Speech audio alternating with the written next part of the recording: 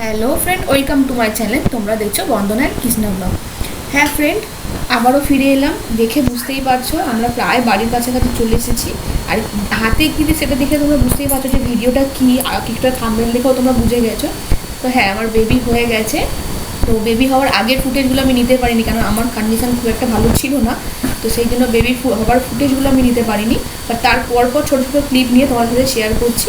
তো চলো দেখা যাক কীভাবে কী হলো। আর আমার কি বেবি হয়েছে, ছেলে কি অথবা মেয়ে, অনেকজনই নর্মাল টুকটাক ভিডিও দেখে নিয়েছো ছোটোখাটো। তো সবারই একটা এক্সাইট ছিল যে ছেলে হয়েছে কি মেয়ে হয়েছে, সেটাও ভিডিও লাস্টে তোমরা জানতে পারবে। তো চলো ভিডিওটা কন্টিনিউ করতে থাকো।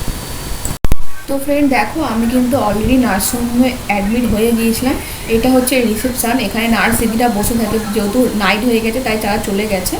আর এখানে কিন্তু সবকটা পেশেন্ট ঘুমাচ্ছে, সবারই ডেলিভারি প্রায় হয়ে গেছে, আর আমারটাও হয়ে গেছে। এটা যদি আমি ডেলিভারির দিনকার কিন্তু ফুটেজটা নিতে পারিনি, তারপরের দিনকার ফুটেজ। আমি একবার বেড থেকে নেমেছিলাম তাই ফুটেজটা নিয়েছিলাম। আর যে খালি বেডটা দেখছো সেটা আমার।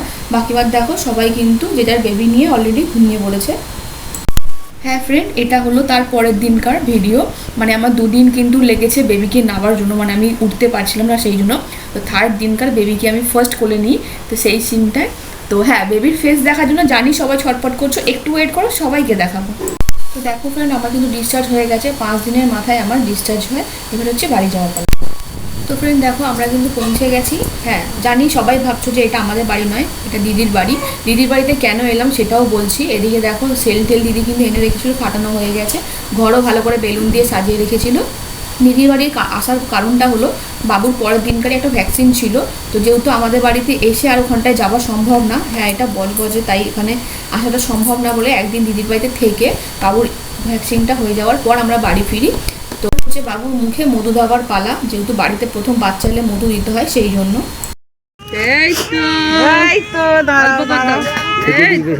একদম অল্প একটু অল্প ঠেকি দিয়ে খালি বাস। তো ফ্রেন্ড দেখে নাও, আমার বাবুর ফেসটাও তোমাদেরকে দেখিয়ে দিলাম। কেমন দেখতে হয়েছে অবশ্যই কমেন্টে জানিও। এইবারে হচ্ছে দিদির বাড়ি ঢোকার পালা। তো চলো বাড়িতে ঢোকা যাক। ঘর ঢুকে দে, ওরকম বউবা করে ঘুরাস নি।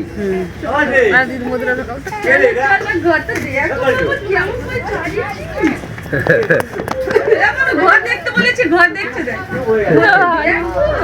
বেলুন দেখছি তারা। মালির ঘরটা দেখো, মালির ঘরটা মজা লাগছে। ঘরটা দেখছি, ঘর দেখছি, ঘর দেখতে মজা। তো পরের দিন বাবুর ভ্যাকসিনটাও কমপ্লিট হয়ে যায়। তারপরের দিনকে আমরা বাড়ি ফিরছি। বাবা গাড়ি নিয়ে অলরেডি চলে এসেছে। তো দেখো আমরা কিন্তু সবাই গাড়িতে উঠেও পড়েছি। সামনে বাবা আর আমার বর বসেছে, পেছনে আমি, মা আর আমাদের বেবি। হ্যাঁ, তো তোমাদেরকে বলে দিই আমার কি হয়েছে, ছেলে অথবা মেয়ে। তো আমার ছেলে হয়েছে। আর বাবুর নামটাও আমরা ঠিক করে নিয়েছি, নামটা সবার লাস্টে জানাচ্ছি তোমাদেরকে। তো দেখো আমরা কিন্তু রওনা দিয়ে দিয়েছি। দিদিদেরকে ছেড়ে আসতেও মন খারাপ করছিল, আর দিদিও আমার মুটকুকে কিন্তু অনেকটা মানে মিস করছিল। আসার কথা ছিল কিন্তু ওরা একদিনে এসে গেলে ওদের মন খারাপ করবে, সেই জন্য দিদিরা দিতে আসেনি, মা আর বাবা আমাদের দিতে আসছিল। তো ফ্রেন্ড দেখো, দেখতে দেখতে কিন্তু আমার বাটার ব্রিজেও উঠে গেছি। হ্যাঁ, দিদিদের বাড়ি থেকে আমাদের বাড়ি আসার জন্য কিন্তু বাটার ব্রিজটা সব থেকে সেফটি।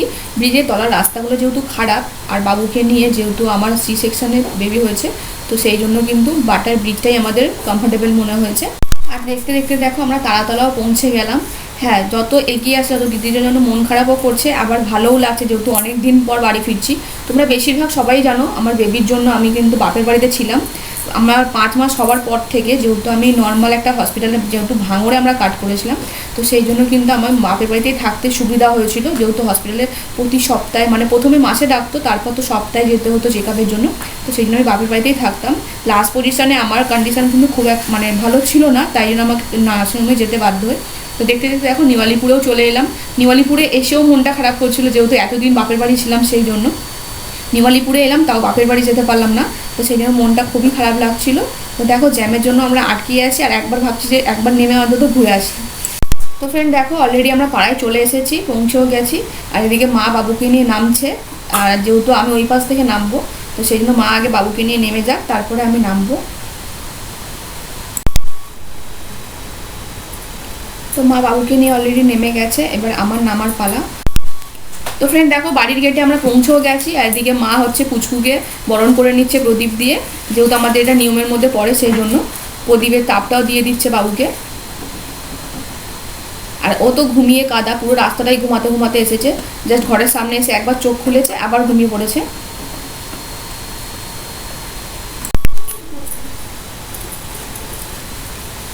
তো তারপরে দেখো মা লঙ্কা নিয়ে আমার আর বাবুর নজরটাও ছাড়িয়ে দিচ্ছে, মানে আমাদের নিয়মের মধ্যে পড়ে, যেহেতু বললাম যাতে বাইরে নজরটা বাইরেই থেকে যায়, সেই জন্য কিন্তু নজরটা ঝেড়ে নিচ্ছে। এবার হচ্ছে আমি আর বাবু ঘরে ঢুকছি।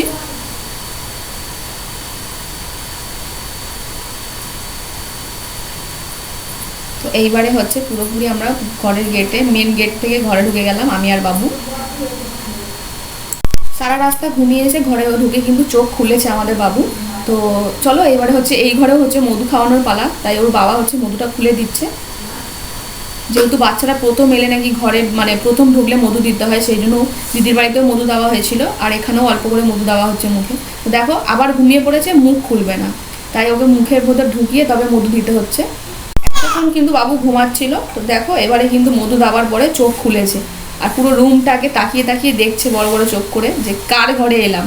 যেহেতু দুখানা ঘর ঘুরলো, দিদির বাড়িতে প্লাস এখানে, দেখো পুরো ঘরটা তাকিয়ে তাকিয়ে দেখছে যে কোথায় এলাম। সেটা নিয়েই আমরা সবাই হাসাহাসি করছি যে দেখ ঘরে এসে অন্তত চোখটা খুলেছে। তো সবাইকে তো ফেসও দেখিয়ে দিলাম, এবার হচ্ছে নামটার পালা। বাবুর কি নাম রেখেছি? বাবুর নাম রেখেছি আমরা রিহান। তোর নামটা কেমন লাগলো সেটাও কিন্তু তোমরা কমেন্টে জানিও, আর ভিডিওটা কেমন লাগলো সেটা কিন্তু জানাতে ভুলো না। যদি ভালো লেগে থাকে ভিডিওটা লাইক করতে ভুলো না, আর আমার পুচকুর জন্য অনেক অনেক ভালোবাসা দিও, আর বড়রা একটু আশীর্বাদ করে তোমার পুচকু সবসময় ভালো থাকে। দেখা হচ্ছে নেক্সট ভিডিওয়ে। Thank you for watching.